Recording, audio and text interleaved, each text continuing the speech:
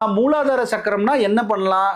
கேட்கணுமா? இல்ல. மூலாதார சக்கரம் என்பது அதை நீங்க டியூன் பண்ணணும் அப்படின்னா, வாசனை அப்படின்னு சொல்லக்கூடிய விஷயத்த நுகர்தல் மூலியமாக தான் மூலாதார சக்கரத்த டியூன் பண்ண முடியும்.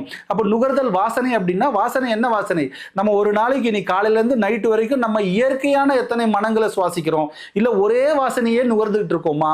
இல்ல வந்து 2 வாசனைய மட்டும் நுகர்ந்துட்டு இருக்கோமா? அப்படின்றது உங்களுக்கு பார்க்கக்கூடிய நேயர்களுக்கு மட்டும் தான் தெரியும்.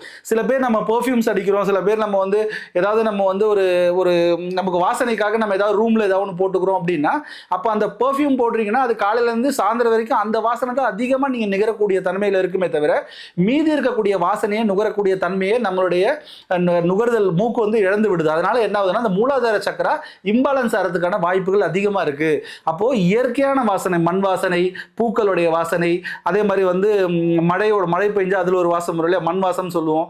இந்த மாதிரி இயற்கை வாசனைகள், அதாவது ஊதுபத்தி, சாம்பிராணின்னு சொல்லக்கூடிய இயற்கை விஷயமான வாசனைகள், சந்தனத்தோட வாசனை, அப்படி பல விதமான வாசனைகளை உங்க மூக்கு என்னைக்கு நுகர ஆரம்பிக்குதோ, ஒரு நாள்ல எல்லா வாசனையும் நுகரக்கூடிய ஒரு நிலையை உருவாக்கிட்டீங்கன்னா கண்டிப்பாக இந்த மூலாதார சக்கரா வந்து பேலன்ஸ் ஆயிடும்.